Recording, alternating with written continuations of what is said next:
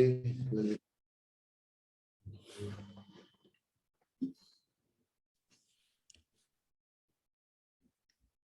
right, welcome back to the Sports Yak podcast. My name is Yusuf Khwaja.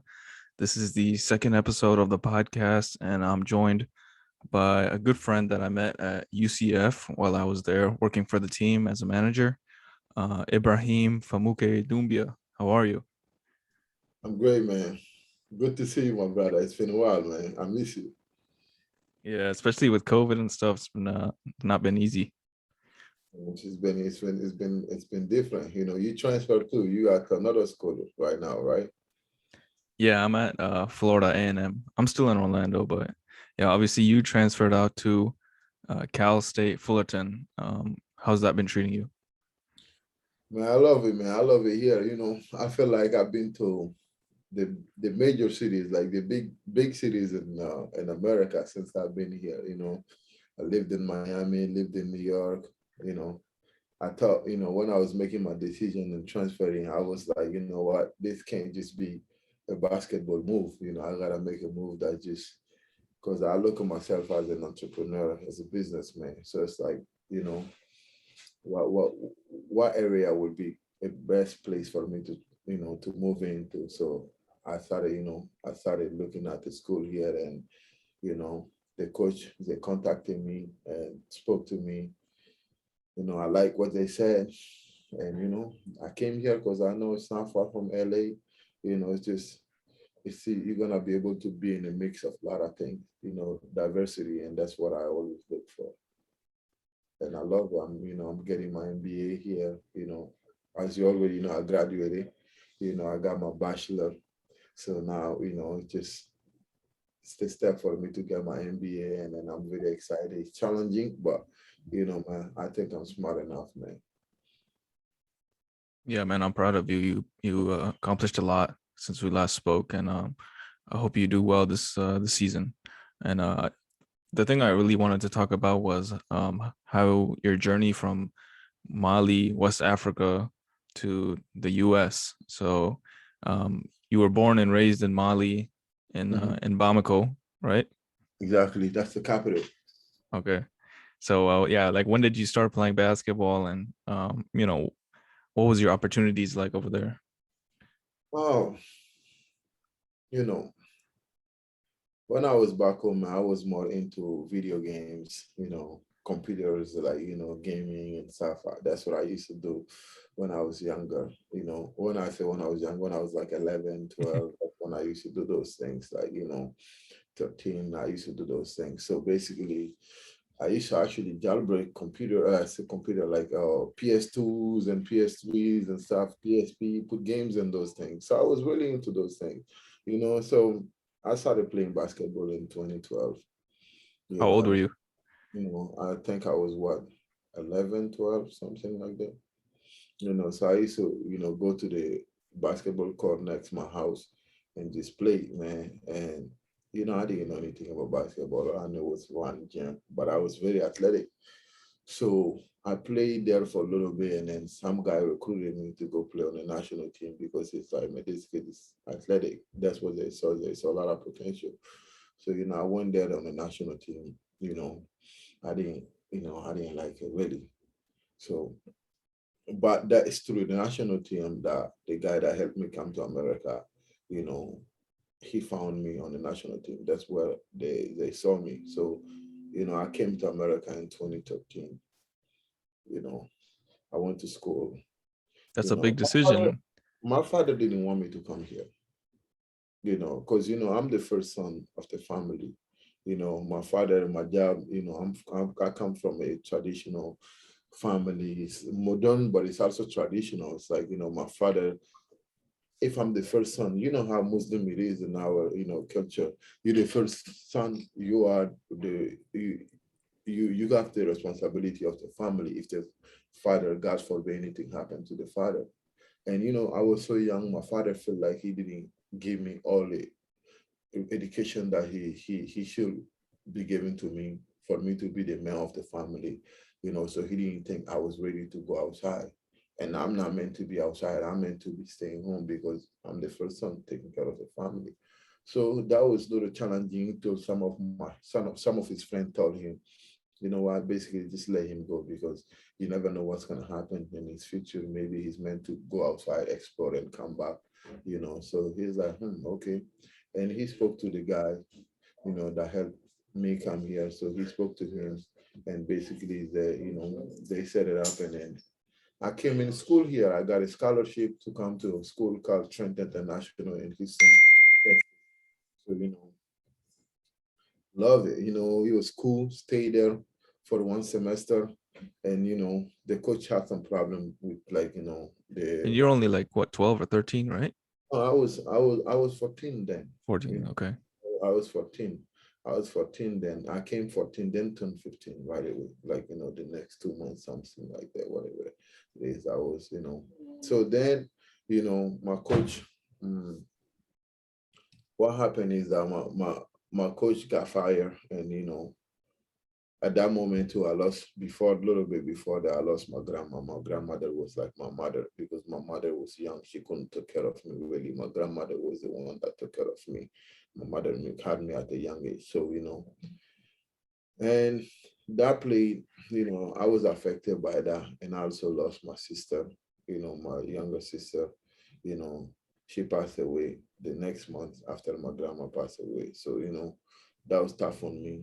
So the school director, she loved me. She told me, hey man, I'm gonna cover the rest of your school year till you go to college, stay with me. I'm your family, basically. You know, it was great, man. So Is this in Miami or is this New York? this was in Texas, Texas. Okay. because they stopped the basketball program. And the lady wanted just to keep me. She wanted me, and my guardian told her, "Nah, I came here also for basketball, so I had to find another school." So they sent me to a school in Jacksonville, Trent International. That school is closed now, but basically I went there for a year and a year and a half. When I was in Texas, I was ranked. I was top 25 in the nation. So right when I went to UCF, after UCF, right when I went to school in Jacksonville, I was still top 25, but my ranking dropped a little bit to top 30. I was able to maintain that. So I went to a lot of camps. I went to Nike Global Challenge. I went to top 100 camp. I went to a lot of camps because I was ranked. So I went to multiple camps. So that's how I know a lot of young players, whatever it is that is in the league, because we mostly play with each other. So I went to that school, and that school was not a good school, basically Were education. you playing were you playing AAU also or just high school? AAU, I play AAU for team called PSA Cardinal. It's PSA Cardinal now. It's Team Scan. Basically, when I played there, it's me, Mobamba. Actually Mobamba played with me. He was with me. When I played, Mobamba used to not play. He used to, be on the bench. He was not good at the time. How funny how life is. Were you So, bigger than him? no, he was taller than me. But at that moment, I was probably better than him at that moment, in that particular moment. So, you know, and Omari Spellman, he's like, you probably know him. And Villanova. Yeah. like he's in the league now. He recently played for the Warriors and Atlanta Hawks, and now I think somebody he will with Chicago. And Tremont Wallet, Yeah, I think he went to LSU, right? yeah, and he was with Taco. He played with Taco and the Celtic. Played with all those guys. And as we were on the same team, so those guys were my teammates. And there's another name, Christian Vatal. He went to UConn. He was really good. You probably know who he is because he were in that conference. So it's great. So, Jacksonville, I tore a ligament. Basically, that was my first thing. When I tore a ligament, man, because I was young, I was into ranking and all that stuff. My ranking went from 35 to like freaking 60, dropping. And I was like, wow, this is crazy. And then, the college coaches that was talking to me, they stopped talking to me, you know. So I was in a dark spot, and What what was happened. the what was the situation like living? Like were you living with other players or Even with the other player, but the living situation was so bad, man. We only ate 1 meal a day, man. And all I was living off eating noodles, the pack of noodles that is $1, where they have like 6 or 5 in there, or 4, I believe. I used to eat that every day, bro. And that was my lunch, dinner, and that was sometimes my breakfast, bro. And sometimes when I get it with the chicken, I used to enjoy that. But that was basically all I had there. So how And many people? How many people were living in the apartment or whatever? like 7 people, but those guys were kind of, some of them were taken care of because they had their family. Me, I didn't have nobody. I had me myself. Basically. So that's when, after that transfer, I was like, I can't stay there, and my feet was not getting better because they weren't helping me really. So I said, you know what, I'm gonna go transfer school, and then that's when I went to visit Mount Verde, and IMG and Sunrise. Those are big schools for basketball in high school. I was smart. I said, you know what, I just got hurt. I got hurt. Nobody cared for me, but these big schools want me. Should I go there, or should I go somewhere where they really wants me? So I said, you know what? I want to visit Miami. I said, I'm going to this school. I realized that it was a smart school. Like, people are, it's one of the most expensive school in America. Probably about $70,000 for a student. So I said, you know what? This is a great place. I'm gonna go there. So I went there. I established, learned how to shoot a little bit. Went there, and then changed my game. Was more of a shooter, and then defensive, whatever it is. So basically, I had a good career there. I had all my offer back. You know, I decided to go to South Carolina. When I went to South Carolina, it was a bad decision, but there's a lot of stuff that got into that. I don't want to talk about that, but transfer out of there. Went to UCF. So went to UCF. Thought thing was gonna change the year I transferred. I think that year I was doing really good too. But that year I couldn't play because of COVID, not COVID, because of redshirt transfer rules. So I had to Yeah, sit out. that's the year I was there, I think. Yeah, yeah. So I Yeah. had to sit out and stuff. Then in the coming year, I think I got a little bit. I don't know. My mindset changed a little bit and stuff. And then I didn't get to play in the beginning of the season. I started playing the end of the season though. Like, when the season got to the middle to the end, I started playing a little bit. I did okay. But, you know, after that, I already had made up my mind. I said, I'm not coming back and stuff. I went, I got trained a lot. I went to Miami. I was trying to go play professional. I got some deal actually. But then I realized that, shoot, I'm just one semester from getting my master. I mean, from getting my bachelor. Why not just go back and get this free education, get my diploma? If I started, why not finish it? So I went back to school, took me one semester, got my, what's it called? Got my degree, and Did you I was, transfer to did you transfer to UCF because of, did you like talk to Taco, or like how did you?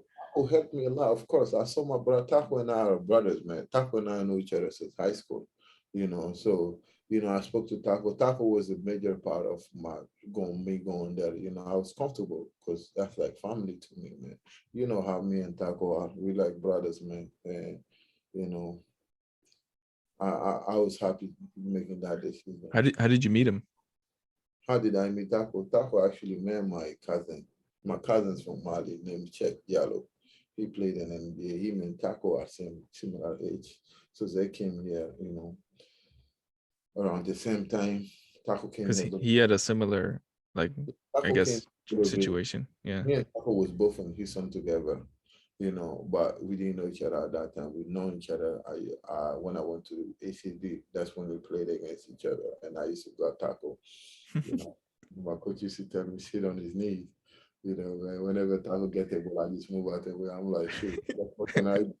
He could put on the basket. So so basically, Taco was big reason why I went there. I was comfortable and stuff. But He was goofy back then too. Taco, Yeah. Taco, if he's goofy, you see the goofy side because you know him.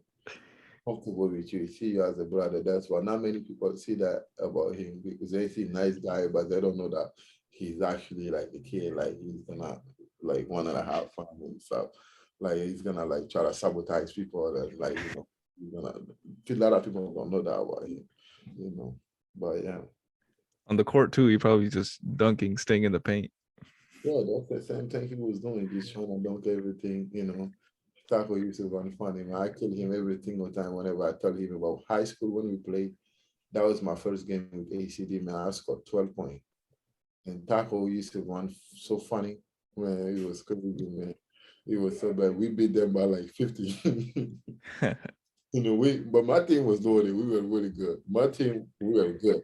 Imagine I was top 30 in the country, and I was the one that was probably coming off the bench. So imagine who was in the team. We are all Americans in the team. Team was loaded. That was the same team with Omari and Draymond and stuff. Or was it a different team? And that's different team. Omari and Chomon, those were my AAU team. These Oh, guys, okay. these guys were better than Omari and Chomon. These guys were good. They're supposed to be really good, but the problem was my old school ACD is that education was so bad. The NCAA always refused this transcript from there. So they always had to go to JUCO. And when they go to JUCO, they go through mental shit, stuff going in their brain, and then they forgot basketball and they lose sight of the goal. It's interesting, man. It's like I can't even me. I grew up in Florida. Like I can't even comprehend coming to a different country when I'm just a teenager. It's I didn't crazy. speak English, brother. What's up? I didn't speak English. Yeah, that's the thing. Like you speak French and your native languages. So you had a Legend. translator with you, or just like how are you going through school? Man, listen, man, let me tell you a funny story, man. That's a teammate of mine named Malik.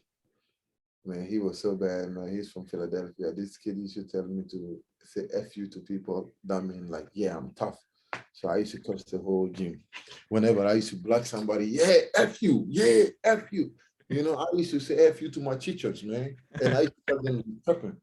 And I didn't know what that meant. They had to like the referee stopped the game one time, talk about, man, get out, man. And then I don't understand what he said. I'm like, me, Kevin Garnett, me, Kevin Garnett. I thought it was like Kevin Garnett. And they're telling me that they told him he doesn't speak English. He said, well, if he doesn't speak English, why is he saying all those stuff? They tell him that he think that mean like yeah, yeah, or something. So So the first word they taught you was the F word. yeah, bad word. It's funny how that works. Whenever you meet somebody who speaks a different language, they always teach you the bad words. Yeah, man. Life is funny. It's funny to us. But that was my thing, and I UCF, you saw the struggle I went through. I mean, it's hard, man, when you don't speak the language really well. Maybe I can talk for days, but I might not know how to put in articulate them in like a great like English and stuff. So I always need you help me sometimes. I have need people to help me with that, and I got my degree, bachelor there out of, entrepreneurship and international relations. Because I like politics a little bit too, but not really. I just want to learn the diplomacy, what's going on in the country, because my ultimate goal is being the president, of my country. Maybe not my country, but of all Africa. I would like Africa to be united. I would love to have a post in there. Like I would love to have a position in there where I can help change lives, maybe, or just educate people, maybe, just from my experience, because I have a lot of experience. I live in other countries and stuff. I see what's going on in the world here and I see what's going on there. So I can maybe, helps differently. Have you been back there since you left? Yeah, I went there one time. I went to play for the national team in 2016. I went to Rwanda and played there. It was really good, had a great time. Representing my country, but it wasn't so much. It wasn't for me. It wasn't so much of representing my country. It was so much of just showing my people that I'm there for them. Not that just my country, but the whole Africa. Yeah. Yeah, man. I like whenever you're from a different separate country, you wanna make an impact over there. You want to help the people there. You want to bring your knowledge from here that you learned, take it back there eventually. Is that what you want to do eventually? But yeah, that's what I want to do. But the whole thing is like my thing about Africa is, I don't see Africa as like I'm from Mali. I see it as like I'm from Africa, man. Because there's a slavery that happens in Africa that made our people separate. they separate us and conquer and stuff. Africa was not like that. Africa was tribes. There were tribes there.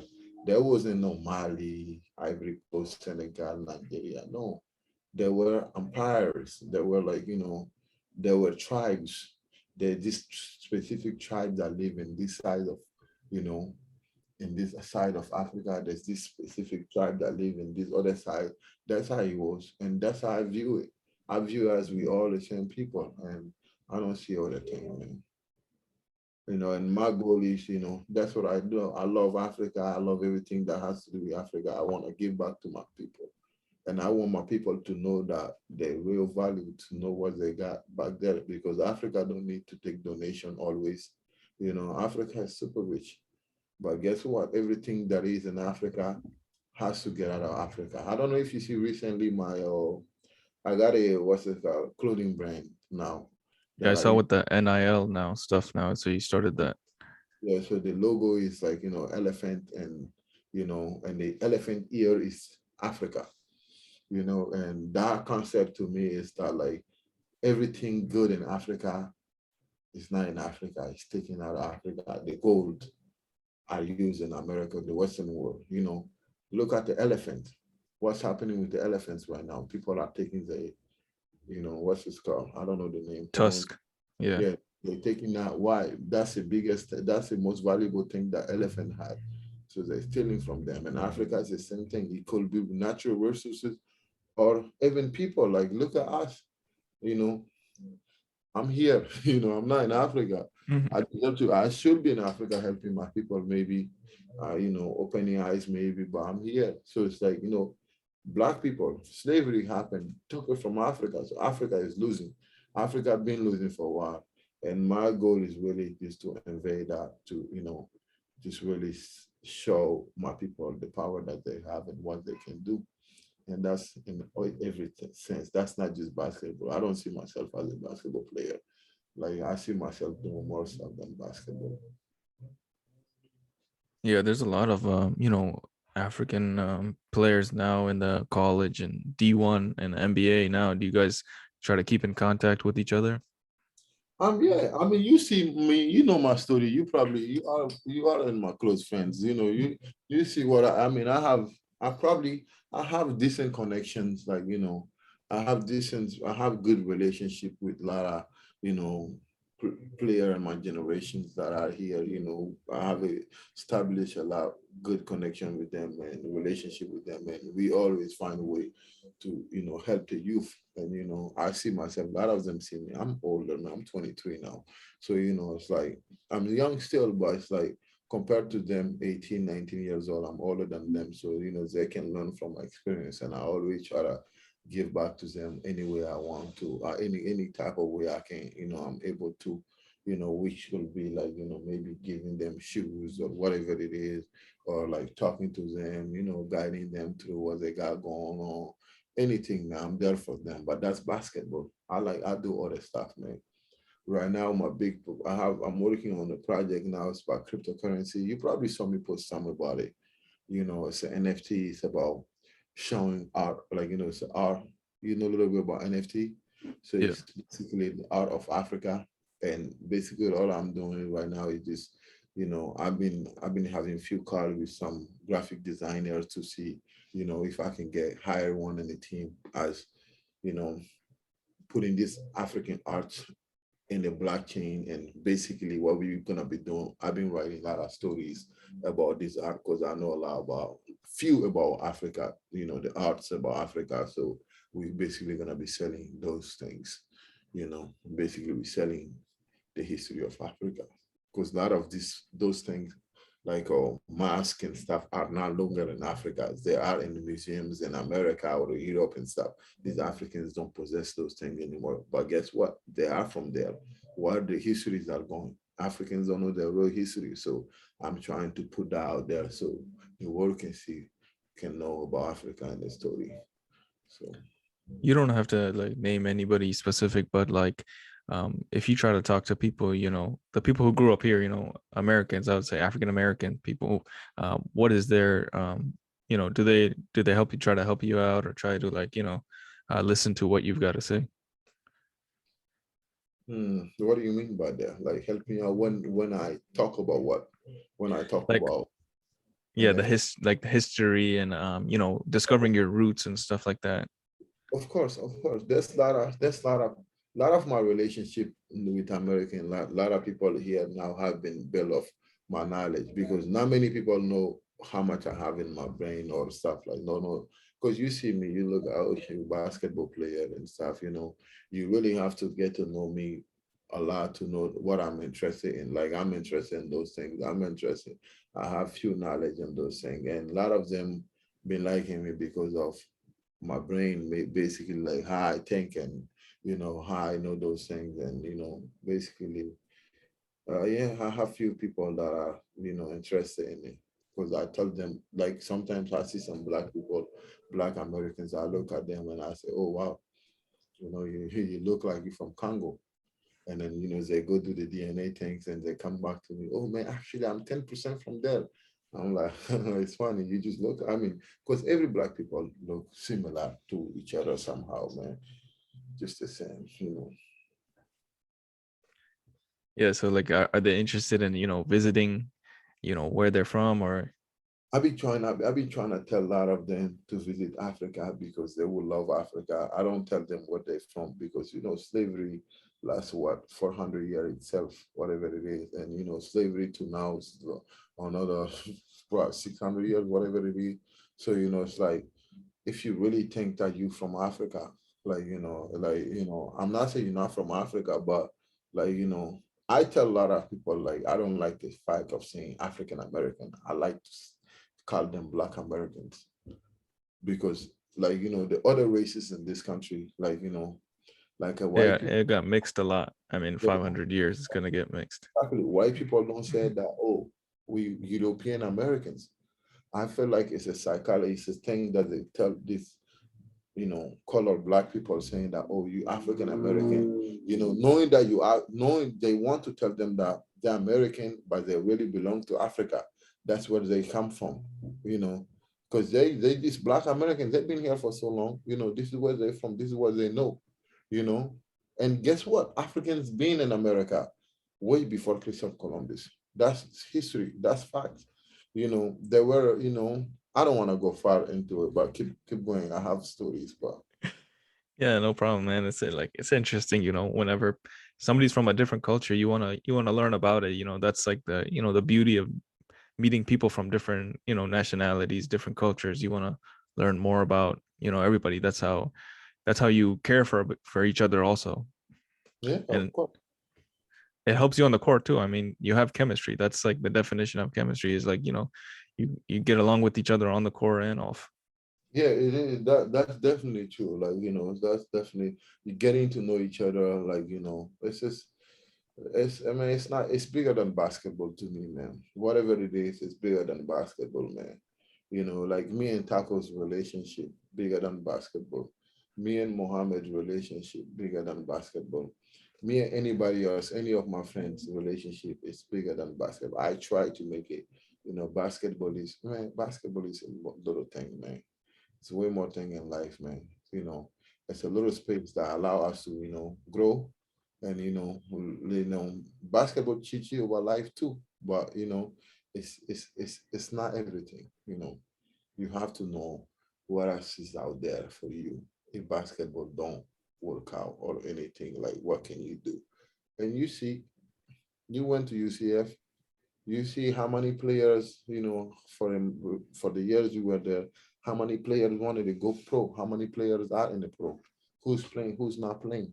You don't need to, I don't need to say any names and stuff, but like, everybody's not gonna make it to the NBA. What else are you gonna do? What are you gonna impact? That's why I'm getting back. I'm getting my NBA. It's not because of, you know, I love basketball. I'm, keep It's saying helping you. It's helping you though. It's just like it's helping me. like I'm learning. your avenue. Yeah. It's helping me. It's not even about education. What I love the most is that, I go to this business school. The other day, the teacher gave me bad grade because of my dress code and stuff. Guess what? I learned how to dress nice, sharp. And now, I go to class, I talk to my classmates.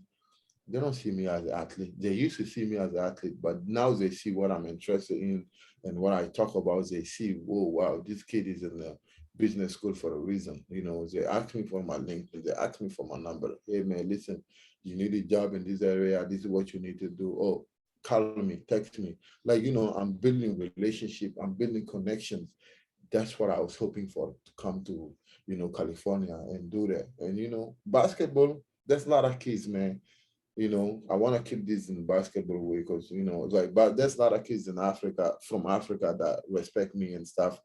I might be an agent later on. Who knows? You know, I don't like this business of basketball, but I'm a clean man. I like to do everything clean. I wouldn't mind invest my money in these kids so they don't have to go to outside to somebody else to get anything from there. Somebody, you know, because you know, in America here, what people like to do is, you know, I give you $100, I expect $1,000 in 2 years. You know, I don't want no African kids to be nobody's investment. I want them to be the only I want them to be the investment of their own, not nobody's investment. You know, whatever they put in it is what they're gonna get out. Not because somebody gave them an iPhone or they gotta give that person, you know, the right to choose what schools they're going to. No, that's not what happened. I will die and I will spend my money on that. So that's why I want to do what I gotta do so I can help those kids. You know, I feel like my path been rough for a reason. I might be the, you know, maybe God has made me to learn those mistakes so I can, you know, help those kids. Well, who knows? You know, and I also am planning on going back home soon to, you know, whatever I get. You know, everything is about Africa. You know, Africa is another market there. I started last year, They, you know, I'm probably into stock market. You know, they, I mean, they started like the NBA Africa type thing too. I know Taco was there too. because they've seen that Africa can actually pay this NBA player, and this African player just the same amount of money the NBA is paying. Because guess what? We have the money there. We have the money. You know, that's the how to get the money. That's what it is. That's the problem. So that's there. But you know, there's way more stuff that you can do in Africa. I mean, I started real estate. You know, last year I got some lands. You know, and then you know they're growing, and you know, it just those are the things I'm interested in. I want to go back home later on. So you know, I want every kid to think that way. I don't want Africans to come here and make money and stay here, man. Go back, help your people. There's a reason why you came here. You came here to learn and go back, not come here and stay. You know, everything that is here, we have there back home. There's nothing in America. There's nothing that's possible here that's not possible there. So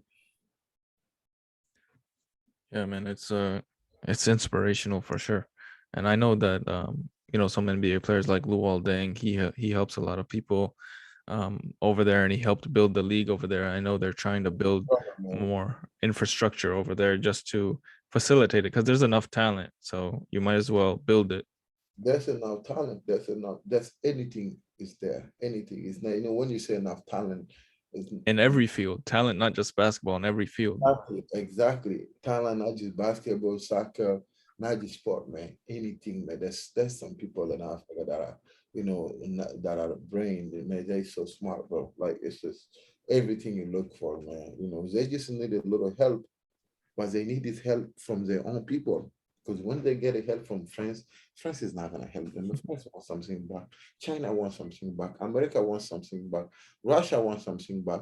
They all want something back. So we gotta help each other until Africans figure that out. That we have to go and help our people, and then say, you know what, we don't need these other people. There will never be progress because only you can take yourself out of the darkness. If I turn this light off right now and sit here, you know, there will never be a light here. I have to get up and turn that switch back on. So us Africans have to get up and do it. And we have to say, you know what, we don't need other help from outside world. You know, we gotta find a way to figure it out. You know, that's what we're missing in Africa. I saw you working out more. Luol Deng is doing an amazing job with South Sudan, man. He's helping these guys, man. He's paying the fly for these guys to go play on the national team. He's paying these guys out of his own pocket. Man, not everybody can do that, man. People, the way how money is, man, people think about money. it's tough for them to do, but the World Bank is helping its people, man. That's what's matter, man. Giving back to your people, you know.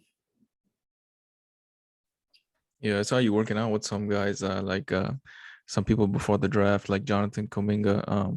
Have you met with him since he got drafted, and have you, give him some advice on how to live like the NBA life? Because he didn't even go to college. Actually, he just went to the G League. Jonathan is a little brother of mine. Jonathan is my little brother. Jonathan is not a lot of people see, oh yeah, Jonathan is your friend. He's not my friend. He's my little brother. And in Africa, we emphasize that there's a little brother and there's friends. Jonathan, all the brothers and cousins are my friends. Those are the guys that I played with. There's one of his cousin named Michel. Him and I played against each other when I went to play in the national team. He is my friend. Jonathan is my little brother. So of course I gave him some advice, but he's a smart man. He knows he make good decisions. You know, Africans, man, right when you leave Africa, you consider to be grown. Like, no, people can help you, but you know right from wrong. So, there's no my he give me advices a lot of time. So, so he's good. He came and visit me once, and his brothers came here for my birthdays. They came and, celebrated. They took me to his kid concert, had a great time together, man. I have great friends around me, man. That's good, man. I know, like it's really awesome to have like just connections, everywhere you go. That you got to keep in contact with those people. Always, always, man. And it's not like taking nothing from those people. It's just being there for them. That's why I have friends, because I don't require nothing from my friends. I don't ask them no money. Oh yeah, you know, yeah, this. I speak too much of my brain to be that type of friend. So like many people see me with or see me doing things. Oh my God. Yeah, yeah, you friend with Mobama. Oh yeah, you friend with this, you friend with that. They're giving him that. When I It's was not at like it's not a money relationship. It's a family relationship. when I was at UCF, oh my God, you did see this, you did this. I have never went to none of these people and asked a dime from them. They never gave me money. I never asked them a dime. They know me. My pride is too big to ask for money, take money from friends and all that stuff. No, I don't do that. I don't use that.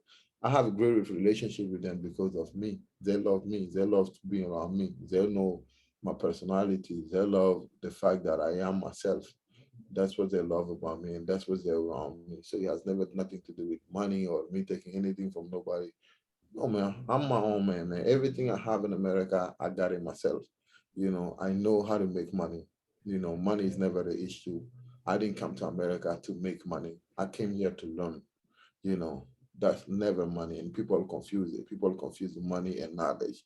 It's not the same thing. I came here to learn, then go back home. I didn't come here, oh, I want to get as much money as I can and go back home. If that happened, yes, but no, I came here for knowledge. Maybe that knowledge will allow me to acquire money that I could take to go back home, but money was never the cause. And that's what a lot of people don't know, because here money is what people look for. I don't look for money. I look for, learning and change lives. Money will always come. Money is never an issue. So your season starts in like a month. You ready? Yeah, season's starting soon. Like I said earlier to you, I've been struggling a lot with managing my time, to school, get out of school 10 o'clock. I'll be tired to like, I'll be going to sleep like 3 o'clock and all that stuff. But hey, man, I'm not complaining, now all I'm doing now is just getting extra shots up and stuff, the coaches are good. We have a good system in the place. We're gonna see what's gonna happen, and I think it would be a great season for me. And I only think positively about it, and see what's gonna happen. And if something positive happen, that's it. Negative happen, it meant to be. If it meant to be, will be. But I'm always good. God always has a plan for me, and I always have a plan for myself. I'm always good. Basketball doesn't stop me. Basketball is not what defines me. So, I'm excited for the season, but I'm more excited for other stuff too. like I told you, my projects and all that stuff. So so life is good, bro. You know. Thank you, bro. It was a great time having you on the podcast, and I hope to have you on more in maybe in a couple weeks. And Okay. I look forward to talking to you soon. Make sure you guys subscribe to the podcast, the Sports Yak. It's on Spotify, Google Podcast, Apple Podcasts. You can also plug your website of the shop. What was it? Yeah, my NFTs and my what's it called my clothing brand and stuff, So I sent you the link and all that stuff later on to take a look at it, man. It's cool. What I'm doing actually with that, I'm taking 10% of the money and giving to a charity. I'm only getting 40% of it, because 40% of the money from that thing is going to the people that made the brand Production. Yeah. Yeah. action and everything. So, the 60% is supposed to come to me, but I'm taking 10 and 15% and giving that to a charity in Africa, to our education. So, it's not, I'm gonna give more. It's not about me, man. It's about my people. So Yeah. You can follow him at Famuke, FAMOUKE, on yeah, that's Instagram to see more about his and, brands and materials. So yeah, thanks for listening. Leave a 5-star rating, and I'll see you guys next time. Thanks.